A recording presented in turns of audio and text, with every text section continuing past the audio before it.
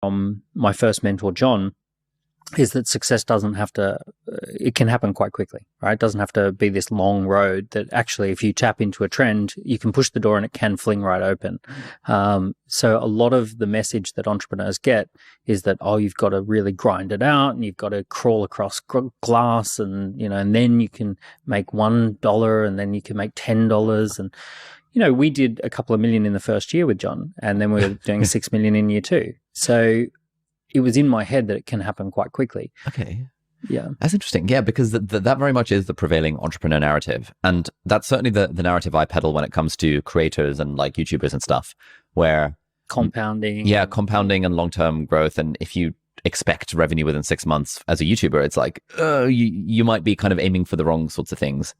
In what way is like the entrepreneurship stuff different to that? So there are some businesses that are compounding businesses, and there are businesses that are what's called a J curve. A J curve is where it loses money before it goes up. Okay. So, and that's the shape of the cash flow is the J, right? That's what the J stands for. It doesn't stand for anything that begins with J. It's the shape of losing money and then making money. So that's called a J curve business. And a J curve business a lot of the time is like technology. So let's say you spend $1 million building something of tech related, and then you sell it for $10 a month, right? I keep jumping between dollars and pounds. But you would have what's called a naturally occurring J curve. You've spent all this money to build something, and now you've got someone paying $10 a month. Now you've got 10 people paying $10 a month. So now the J curve starts. And now you're compounding. And and hopefully you get to the point where, when we hit 5,000 people, then we break even. And then when we hit 10,000, it's all profit. And, so that's the J curve. And the uptick of the J is what you're hoping for. That's why you're in it in the first place. But you've got to get through the J. So that's a lot of business models are naturally occurring J curves. Yeah. Setting up a restaurant is a J curve.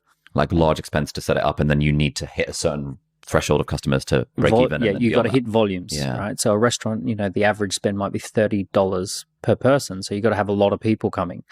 So that's a J curve business. There are other businesses that are not necessarily J curves. Like, for example, consulting. You could sign up one consulting client who spends 80 grand a year with you. And like you've got almost no overhead. And straight away you're consulting, and let's say you get 4 clients and now you're making, hundreds of thousands, and you have very little overhead, and you might hire an assistant, or you might, do something like that. You might work on their site. So for example, I know people who are consultants to manufacturing companies, and they optimize the manufacturing process, and they actually look for what's called lean systems, and they get paid hundreds of thousands to go and do manufacturing consulting. They work on site, very low overheads. That's not a J curve business. Yeah, that's so interesting. So two thoughts on this. I think the business of, quote, being a content creator or doing the YouTube channel or whatever thing is definitely a J curve business. Even if you're not spending any money on it, it's definitely a J curve in terms of the time, because you're a massive, sinking so much time into the thing and before not getting anything back. Exactly, before you hit the monetization threshold. And now all of those assets that you've spent years building up are now still compounding, and then you get to stupid levels. But it's like people get disgruntled and discouraged because they're sinking in the time, generally while they're a student or while they've got a full-time job, and they're not seeing a return straight away. Whereas, and I think it's a lot less like, I listen to a bunch of business podcasts, and I generally don't hear about non-J curve businesses. Like I've got a friend from university who does this manufacturing consulting for fashion companies, because he's into like AI and sort of coding and stuff, and loves fashion and understands how fashion supply chain works, and gets like stupidly large amounts of money for a single consulting arrangement. And he's just making money. He doesn't have an audience. He's not trying to do the whole YouTube thing. He's just making money from day one. Exactly. And you just don't hear about those sorts of businesses. And so people who are like, oh, I want to maybe start a business on the side, automatically feel like, oh, I have to sink 2 years of free work into this thing before I can make money. Yeah, and you do if it's a J curve, but not if it's not. So typically the difference is the sales process. So a J curve business normally relies on almost a frictionless sale, where people either do a free piece of content, or they do a free trial, or they sit down at a restaurant expecting to spend, $30 or something like that. So it's fairly frictionless. The non-J-curve businesses normally have a sales process.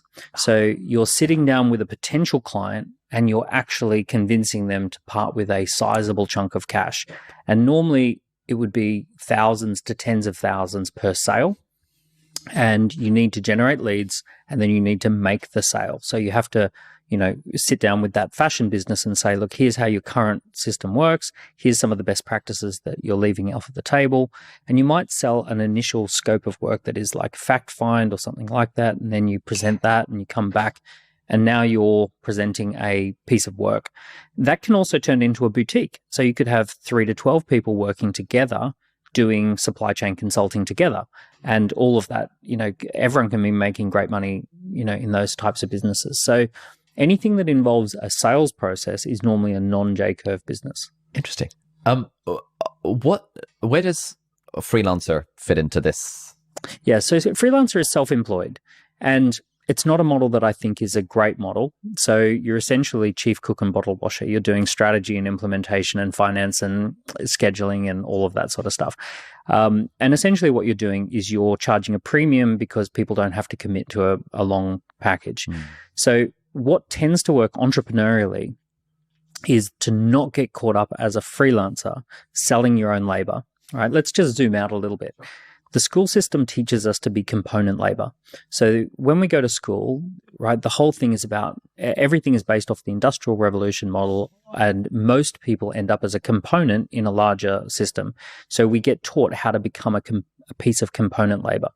So when we freelance, we're essentially selling ourselves as component labor to someone else who has a bigger outcome in mind, right? But we're just doing that ad hoc. Now, the trick about being an entrepreneur is to separate from the mindset of being component labor and to actually move across to being outcome focused and looking at what is the customer trying to get done? What does the customer want? Why is that customer buying this? What's the payoff for them? Radical empathy with the customer. And then saying, I will build you a solution that you want, and I will find the components, whatever they are, and I'll put those together and sell you that. And it may well be you doing the thing at the start, but they don't have to know that. You could potentially be a piece of labor. However, the better option is to have some expertise such that you know how to organize other people's labor, so that if you've got the knowledge of how, let's use this as an example, right? If you've got the knowledge of how supply chains should function, you should be able to organize a team of 3 or 4 people who know how to optimize that, and you should be able to select the right people. And then you're better off actually being the key person of influence up on stage, telling stories, winning the deals, writing a book about it, putting a podcast out there about it, and then having a team who deliver the actual outcome. But the trick is that you want to, as quick as possible, avoid being a component in somebody else's system and actually be someone who stands for an outcome and someone who's an expert in either talking about that outcome, selling that outcome, overseeing that outcome, putting together teams that know about that outcome, etc. And so let's say, just to use a concrete example, I know a bunch of people who are interested in writing. They've maybe done like English degrees or something, don't really want it. Maybe they've tried consulting for a year or two and freaking hate it. And they love the idea of, live my dream remote digital nomad life, work from anywhere, type stuff on my laptop, become a quote freelance writer, would be how, the default path would be, I need to get a normal job. The next default path would be, I should become a freelance writer. But it sounds like how would you be thinking about that to maybe think more entrepreneurially? So let's start with the downside. The downside is that sounds lovely, and we love thinking about doing the work. So the freelance writer loves the idea of sitting in Bali with the laptop and doing the freelance writing. One of the issues is that in order to do the work we love, we have to win the work that we love. So now you're asking the question, well, okay, I know you can do the writing piece, but are you going to be able to win the significant number of clients necessary in order to do that? Now, for most businesses, winning the clients is going to be 30, 40, 50% of the time. You're going to be constantly hustling for a client. So what you can do if you're a freelancer is you could try and find 4 or 5 companies that need regular work, and you split your time between them. And really what you're hoping for is that each one pays a slight premium, and that they're not worried about your flexibility, that you can work from Bali. So that's the total upside package that you're looking for. Maybe splitting your time between 4. And you're hoping for a retainer or something, so you've got like regular income coming in. And whereas you might have been paid 50 grand, if you split it up between several, you might get 60 or 70 grand, right? And you might get time flexibility or that sort of thing. So it's okay. The downsides are significant. You don't have a real career path unless you invent one, and you can easily have, lack motivation because you're not in an environment that's dictating, a level of performance. You're having to create those elements yourself. You can get caught up in things like finances and paying taxes and chasing up invoices, chasing invoices, all of those things. Suddenly you realize that you've got all of the downsides of having a business without the upside scalability. You've got all of the downsides of having a job without the security of a job. All right, so freelancing to me is not necessarily a great idea because it comes with a lot of the downsides without the upsides. Okay. So using this writer example, how might they level up their thinking and think more entrepreneurially? Well, you could create a writing agency. You could create packages of content, intellectual property that you've created that you can then resell and on-sell. You could create your own written assets, which get used in any number of ways. So you can create licensable assets.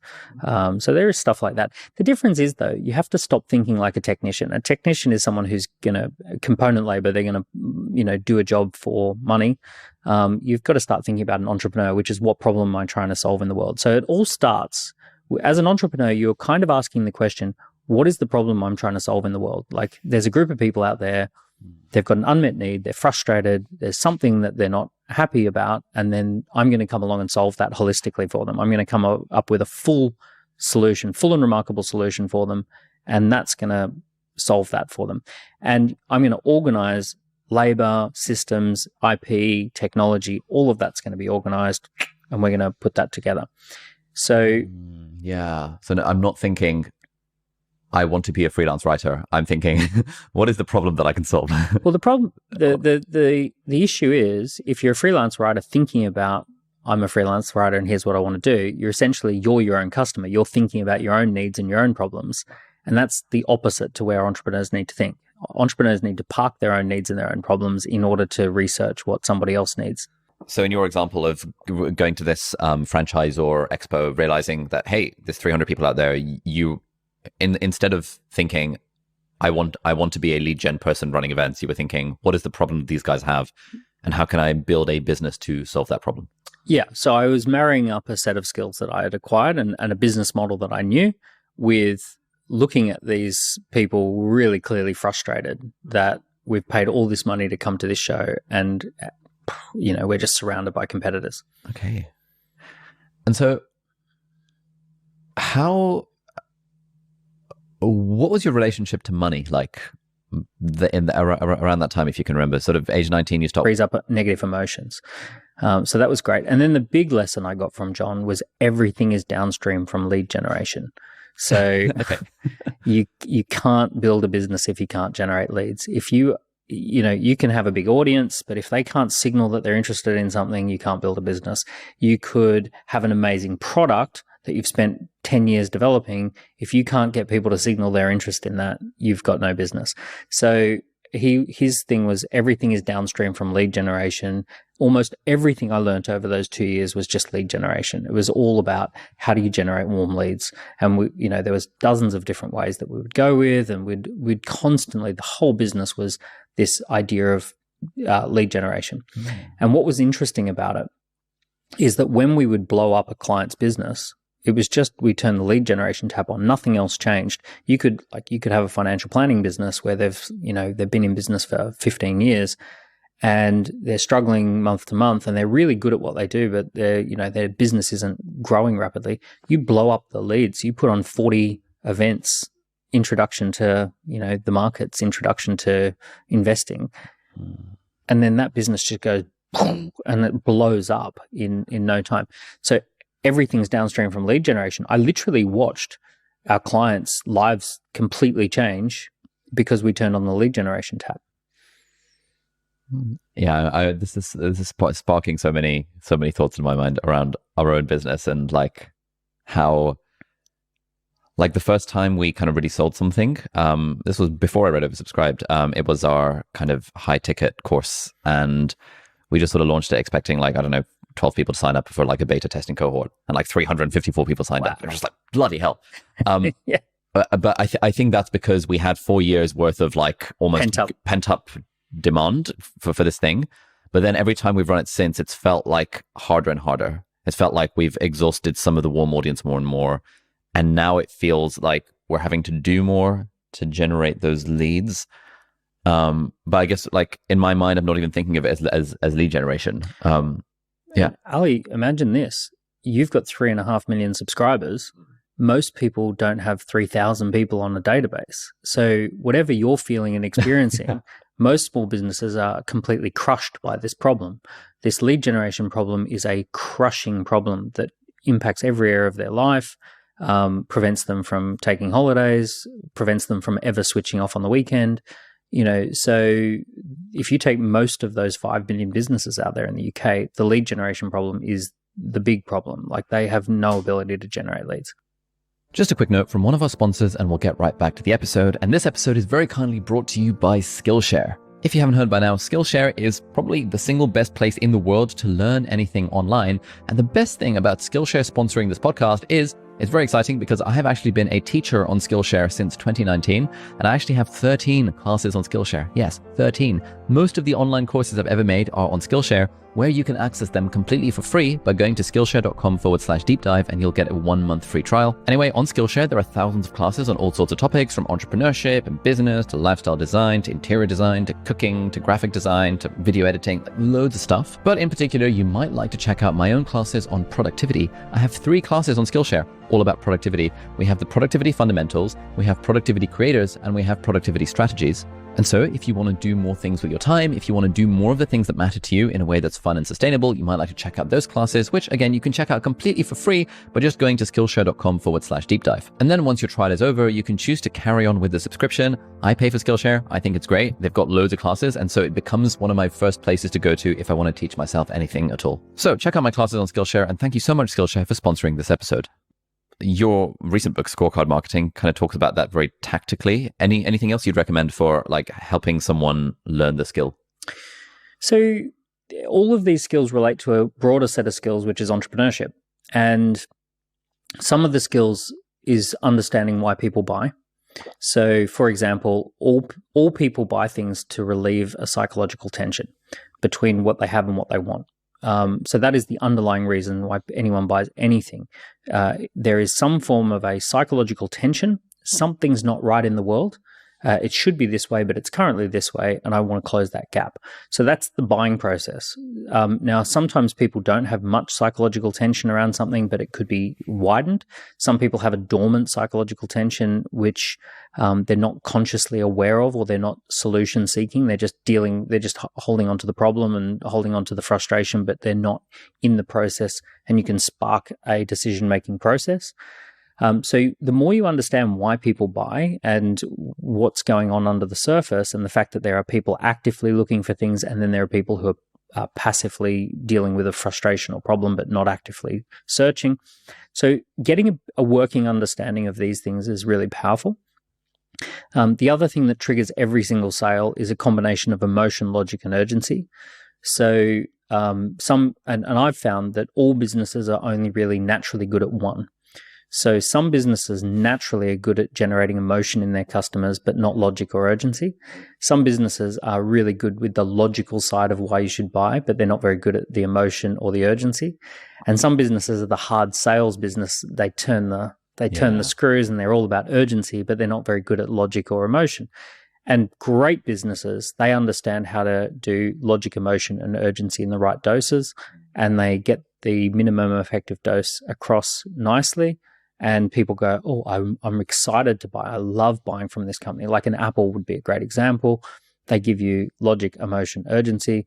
They have the pre-order for the pre-order. And I'm just like, oh yeah, this is so good. I can prepare my pre-order so that when 1 p.m. comes around, I can just hit the button, and it's just... They do a great combination of like educating you about the phone, combined with showing you stories of people who are out there taking amazing photos and they look really cool. And it's all woven in together, and then there's a moment to act. So logic, emotion, urgency, all coming together at once. So how do you learn these skills? I've written about them. You can read Oversubscribed and Scorecard Marketing. Those are two great books on that. So I listen to a lot of podcasts.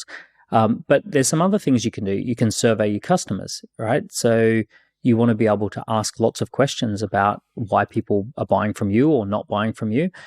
You want to ask people questions where they quantify. As a doctor, you probably asked people on a scale of 1 to 10, how bad does it hurt? Yeah. And people are like, oh, it's a 4. Okay, so it's not as bad as I thought, right? Oh, it's bearable. Yeah. Or it's like, oh, it's a 9. It's like, okay, well, wow, that's pretty intense. So asking people to quantify with a number is really powerful because that is logic and emotion coming together. So when people feel something and quantify it with a number, they're integrating their left and their right brain, and they're giving you very clear signals and feedback as to what's going on. So some of the questions that are super powerful to talk to your market about is, on a scale of 1 to 10, how motivated would you be to solve this problem? On a scale of 1 to 10, how frustrated are you by this, right? Because you're looking for things that people rate highly as a frustration if it's a dormant need. On a scale of 1 to 10, how happy are you with your existing solutions? So these are the kind of questions. And then you're trying to use that data to figure out, well, what is the solution that I can build that really helps people move from a low score to a high score on these types of things. I know this is getting a little bit geeky, but conducting research of just 30 people is often very revealing. It tells you a lot about what you are doing right or not doing right. Some more research is pretty powerful. One thing that I used to have a big hang up about. Don't think many people have a problem with communicating the emotional payoff of their product, that it's going to feel great and that it's going to be a really enjoyable thing. I don't think people have much of a problem talking about the logic. Sometimes they do, because logic is about quantifying and return on investment, and this is the cost to benefit analysis, right? This is why you would do it. But then what people want to do is they want to be able to say, okay, when you're ready, come back and buy. But humans are humans. What do? They forget and they go find something else and all of that. So we need an urgency trigger. Urgency is a little bit like a spice than an ingredient. You don't want to overuse it, but there needs to be a subtext of urgency. Now, for most products, the only viable subtext of urgency that works is genuinely being oversubscribed. So genuinely being oversubscribed means that there are plenty of people who want this. There is genuinely a limited number available, or there's a start date. There's a reason that you need to begin. And unfortunately, it's only going to be available for this number of people. Now, what the perfect scenario is that there's some form of demand and supply tension that's transparent. Yep. So, for example, if there's a lineup out the front of the restaurant, it must be a good restaurant and you must need to book ahead. If there is, if Apple phones sell out in the first week and then you have to wait and it's a delay, okay, so if I don't buy, then I'm going to have to be the person who gets it 3 months from now. So the subtext of demand and supply tension and some form of transparency that we can see that transparently, there's a lot of people who want this. There's only a limited number, or there's a start time. Yeah.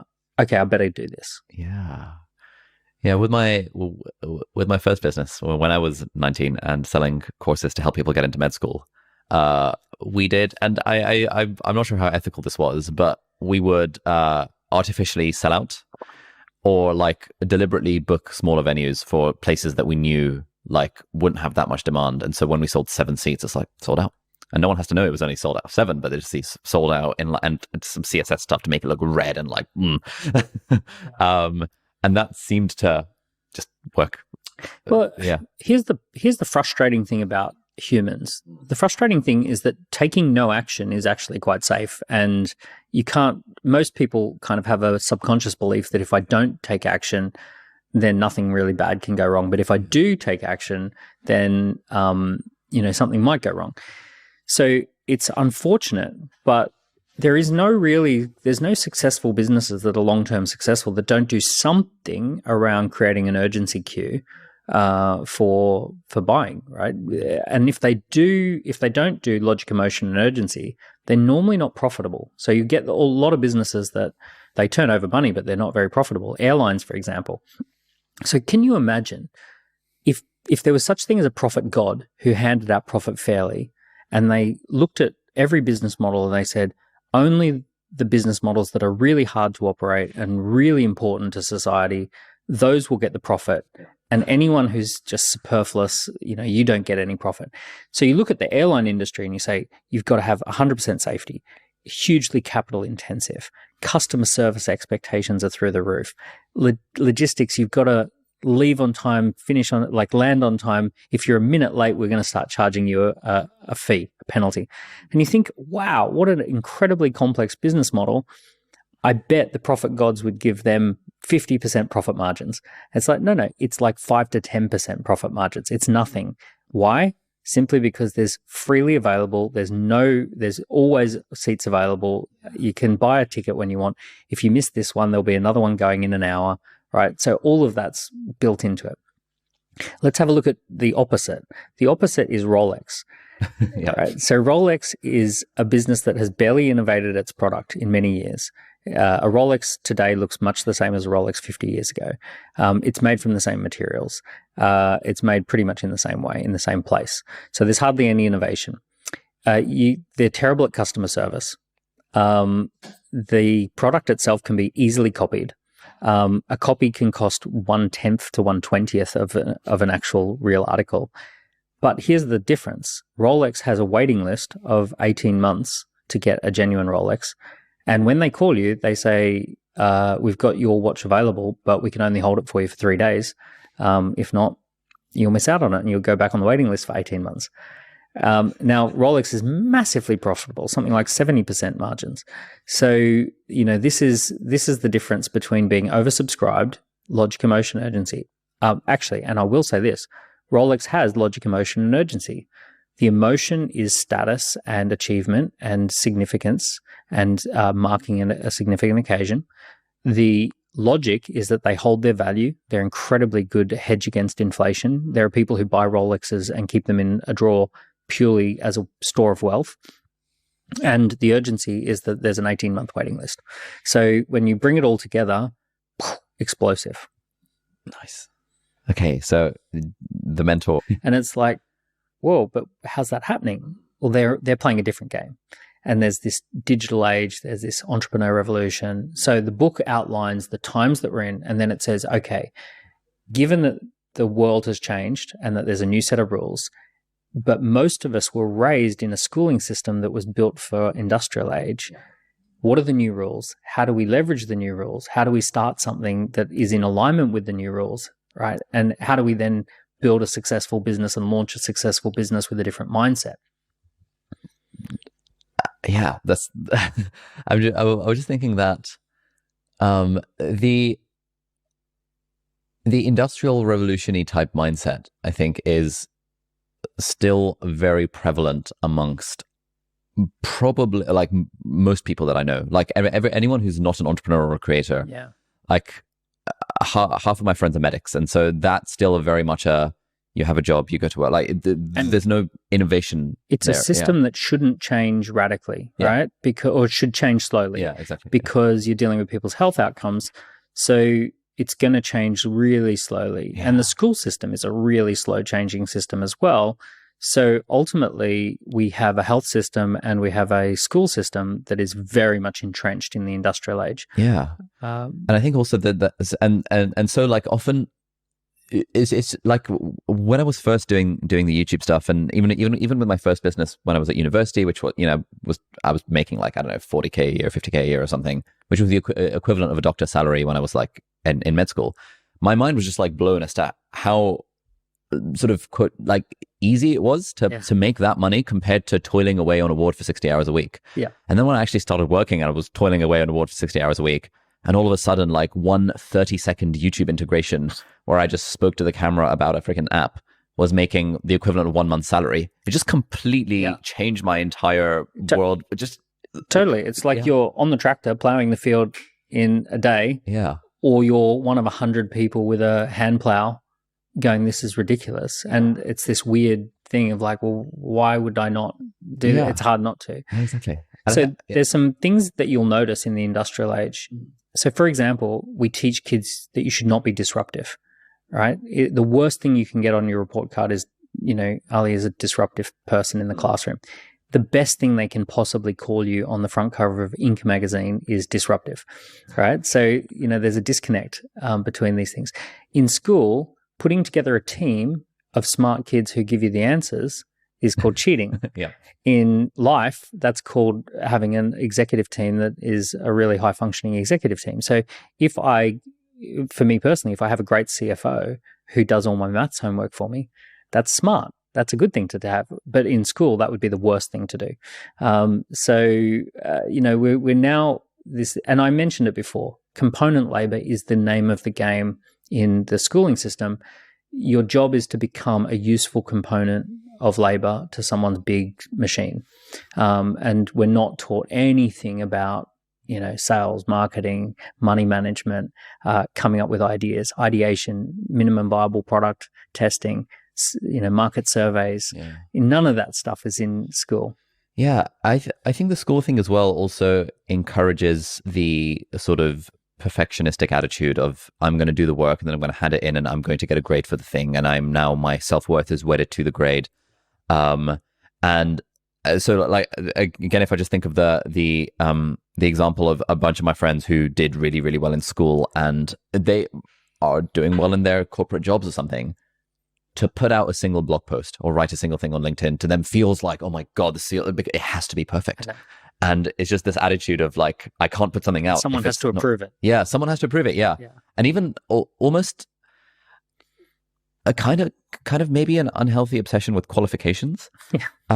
I randomly met a doctor at the train station who recognized me, like last week sometime, and she had been in medicine for 14 years and had come across my stuff. I think she actually read some of your books as well, and was sort of transitioning out to become a coach. Mm-hmm. She was doing a coaching qualification. Yeah. And then we grabbed breakfast, and she was like, I was like, okay, so how's the coaching business going? And she was like, oh, I'm doing it for free for a few friends. And I was like, okay, well, what's stopping you from charging? And she was like, oh, well, I haven't finished my qualification yet. I was like, oh, it's going to happen in like 4 months. I was like, okay. And then when that happens, what are you going to do next? And she was like, oh, then I'll start posting on Facebook. And I was like, well, when are you going to charge for people for the coaching? She was like, oh, maybe in a year or two. Yeah, when I get a letter from someone to say, yeah, now it's time to charge. I have a doctor friend who told me, oh, I'm thinking of starting a business. And then next time I saw him, he'd enrolled in an MBA for the certification. But I mean, imagine if in school they said it's actually the first person to hand in their assignment and it only has to be directionally correct. like then it would be a very different environment. It's like, we're going to mark you based on speed to market. Like, here's the assignment. The clock starts now. Whoever can hand in something that meets minimum standards and is directionally correct, you're the one who does it. And extra points if you can pull together 3 or 4 people who all work together and you can get something there. Yeah. I think on this point as well, like I've had similar conversations with friends, and there seems to be a lot of resistance in the sense of, oh, but are you saying that a neurosurgeon doesn't need to be qualified? It's like, well, no. Definitely. That's not what I'm saying. Yeah. No, definitely. If you're component labor, you have to be certified. You have to, because you're a component. You're a cog in the machine, and that cog has to be perfectly fit for the machine. So, you absolutely have to be. There are certain professions, especially like medicine, that you've got to be qualified and perfectly machined within an inch. But I guess the danger is that sort of having that way of thinking, which then bleeds into anything else, and you think that suddenly someone has to give you permission to do a thing. As soon as you're in the entrepreneur revolution, you're adopting a very different mindset. It's a mindset of not knowing rather than knowing. So the most curious person wins, not the most qualified person. So if you said, oh, I'm going through a period of great curiosity, I know nothing, and I'm trying to explore what people are frustrated by, that's probably the smarter position to take as an entrepreneur. Some of the best entrepreneurs They love saying things like, talk to me like I'm a 3-year-old. I just don't understand. Sometimes they deeply understand, but they'll ask dumb questions because they're trying to stay curious. Steve Jobs' advice in his commencement speech was stay humble, stay curious. Yeah, that just sparks a thought. So again, when I was at university and kind of building this business and stuff, it was weird how often I'd be the one to put my hand up in a lecture and ask a question about something that was like apparently obvious, but like I just had this sort of complete non-fear of looking like an idiot. And a bunch of friends spoke to me afterwards, and even to this day, I think it was like 2 weeks ago, I was chatting to some friends, and they were like, "Yeah, I remember you would always ask these like dumb questions in lectures," and I'd be thinking the same thing, but I would be thinking, I don't want to ask the question because I don't want to look dumb. I was like, well, it was, I think, having done the entrepreneur thing and trying to make my web design business when I was 14 years old, all like sort of entrenched in me this idea that like it's totally reasonable to ask a dumb question. Yeah, if you're a component, if you're a cog in the machine, you don't want to reveal that there might be a crack in the cog, right? Because then they might replace you. So it's better to be quiet and pretend that you're a perfectly formed cog, as opposed to, but if you're building the machine and you're looking for how could this machine run better, how could this be optimized to produce better outcomes, then you're totally looking for, how you're basically going back to first principles. You're like, well, what problem are we trying to solve? What are we solving for?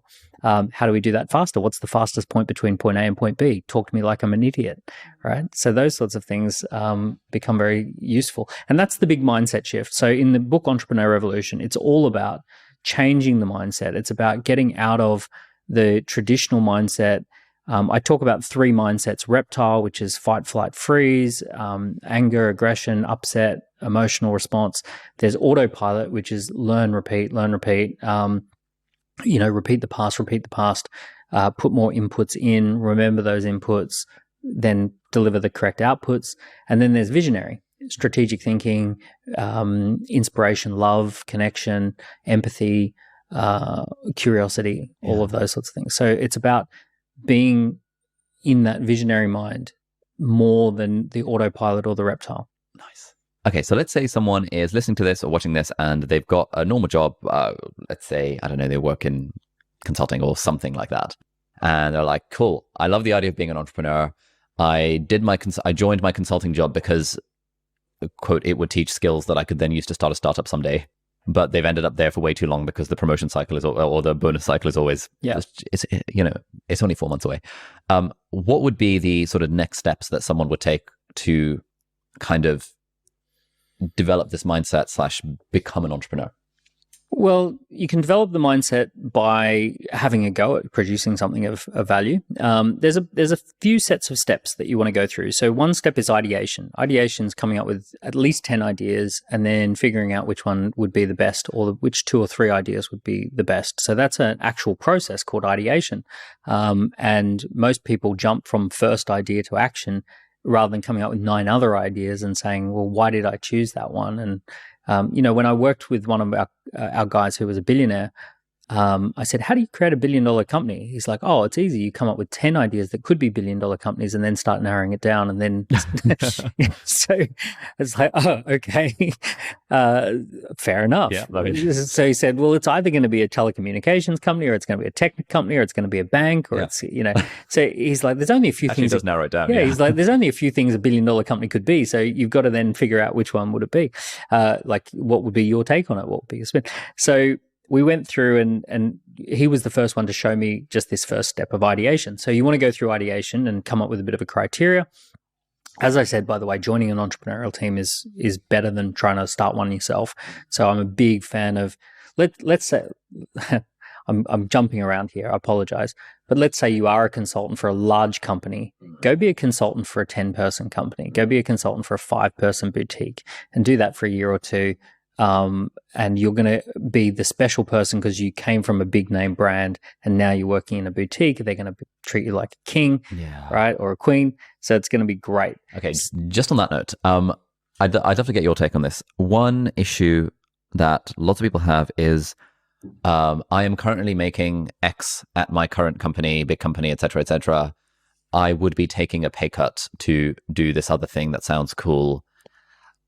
And I think it's interesting because usually X is like higher than what you would actually need to live, and usually the new salary is also a very reasonable salary. But people, I think, feel like, oh, I don't want to take a drop in my pay.